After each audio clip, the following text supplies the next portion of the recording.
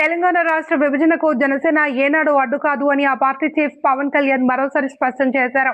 2014లో ఏపీని విభజించిన తీరును చూసి మాత్రమే ఆవేదన వెల్లబుచ్చినట్లు తెలిపారు. కాంగ్రెస్ తీరు అప్పటి నుండి ఇప్పటికీ మారలేదని ఆరోపించారు.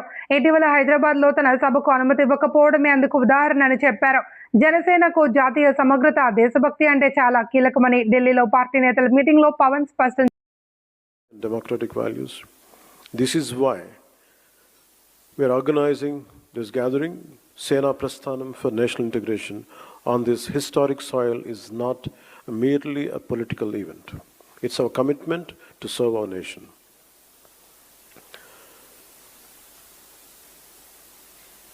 Before I switch to Telugu, I would like to congratulate to all our Janasena party members who came from Tamil Nadu, Karnataka, Kerala, and Pondicherry, and rest of the parts of India. From Janasena party, we warmly welcome them for their contribution, for their participation here. Let's give a big round of applause to our members from Janasena party from other states. Janasena party ప్రారంభించి 12 సంవత్సరాలు పూర్తయ్యాయి. 2000 మార్చి 14న మన తెలంగాణలోని హైదరాబాద్లో ఈ పార్టీని స్థాపించాం. అప్పట్లో ఇది తెలుగు రాష్ట్రాల ఉమ్మడి రాజధానిగా ఉండేది. తెలంగాణలో జనసేనను ప్రారంభించినప్పుడు కేవలం ఒకే ఒక నిబద్ధత మాత్రమే ఉంది. అది మన దేశాన్ని బలోపేతం చేయటం, దేశ సమగ్రతని కాపాడటం, దేశ సమగ్రతకు కలిగించే ఎలాంటి విభజన శక్తులకైనా వ్యతిరేకంగా పోరాటం. దేశ సమగ్రత, దేశ శ్రేయస్సు తప్ప జనసేన స్థాపించినప్పుడు వేరే ఏ ఆలోచన నా మనసులో లేదు.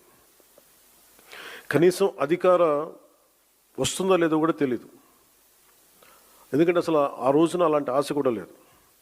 2014 సాధారణ ఎన్నికలకు కేవలం 2 నెలల ముందు మాత్రమే మనం ఈ పార్టీని స్థాపించాం. కానీ ఈ 12 ఏళ్ల ఈ ప్రయాణంలో, ఒక పుష్కర కాలంలో చాలా పోరాటాలు చేశాం, చాలా పరాజయాలు ఎదుర్కొన్నాం, ఆశలు కోల్పోయిన సందర్భాలు ఉన్నాయి.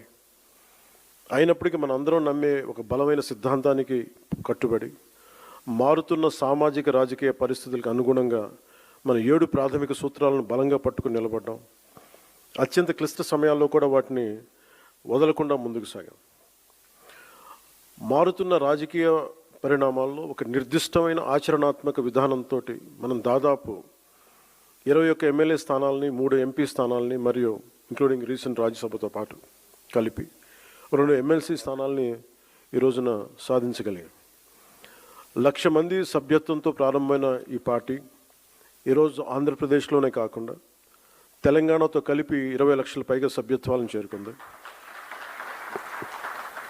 ఇటీవల కాలంలో పార్టీ వైపు ప్రజల నుండి, మిగతా రాష్ట్రాల నుండి, ప్రాంతాల నుండి ఈ భావజాలానికి ఆకర్షితులై, ఈ పోరాట పటిమకు ఆకర్షితులై కర్ణాటక నుండి వచ్చిన కొన్ని వేల మంది కావచ్చు, కేరళ, తమిళనాడు నుండి వచ్చిన కొన్ని వందల మంది కావచ్చు. మనం నమ్ముతున్న సిద్ధాంతం బలపడుతుంది. అది దేశంలోని వివిధ ప్రాంతాల ప్రజలను కలుపుతుంది అనడానికి ఇదే చిన్న నిదర్శనం. భిన్న ప్రాంతాల నుండి వచ్చిన ఈ అనుసంధానాన్ని చూడటం నిజంగా నాకు చాలా ఆనందం కలిగించింది. ఇలా జరుగుతుందని పార్టీ పెట్టినప్పుడు కూడా నేను ఊహించలేదు.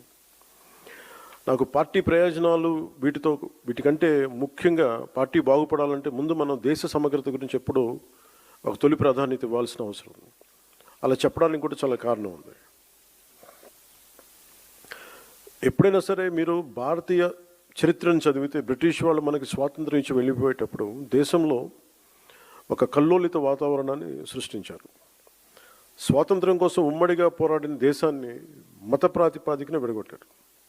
దేశవ్యాప్తంగా ఉన్న ప్రతి రాజ్య సంస్థానాల్లో అనేక సమస్యలను సృష్టించారు. దాదాపు 536 పైచిలుకు సంస్థానాలు ఉండేవి. వాటిలో చాలా వరకు భారతదేశంలో విలీనం అవడానికి ప్రయత్నించినప్పటికీ కొన్ని సంస్థానాలు మాత్రం స్వతంత్రంగా ఉండాలని అనుకున్నాయి. ఉదాహరణకి నిజాం సంస్థానం, బరోడా, జునాగఢ్, ట్రావెన్కోర్. కానీ సర్దార్ వల్లభాయ్ పటేల్ గారి నాయకత్వంలో మనం ఈ దేశాన్ని ఏకం చేసాం. ఆ స్ఫూర్తి ఇప్పటికీనే కొనసాగుతుంది. నాకు ఈ దేశ స్ఫూర్తిని మనం కాపాడుకోవటం అనేది ఏదో ఒక టైంలో అయిపోయింది. సర్దార్ వల్లభాయ్ పటేల్ గారు చెప్పిన మాటలు 47లో స్వాతంత్ర విభజన ముందు జరిగిన 2 సంవత్సరాలు కల్లోలం 49లో ఆల్మోస్ట్ మనకి ఈ కాన్స్టిట్యూంట్ అసెంబ్లీ డిబేట్స్ అన్నీ అయిపోయిన చివరిలో ఆయన అన్న మాటలు, human memory is very short. మన 2 సంవత్సరాల క్రితం జరిగిన ఈ విభజన కూడా మర్చిపోయాం. అందువల్ల ఇది ప్రతి ఒక్కళ్ళు గుర్తుపెట్టుకోవాల్సిందనే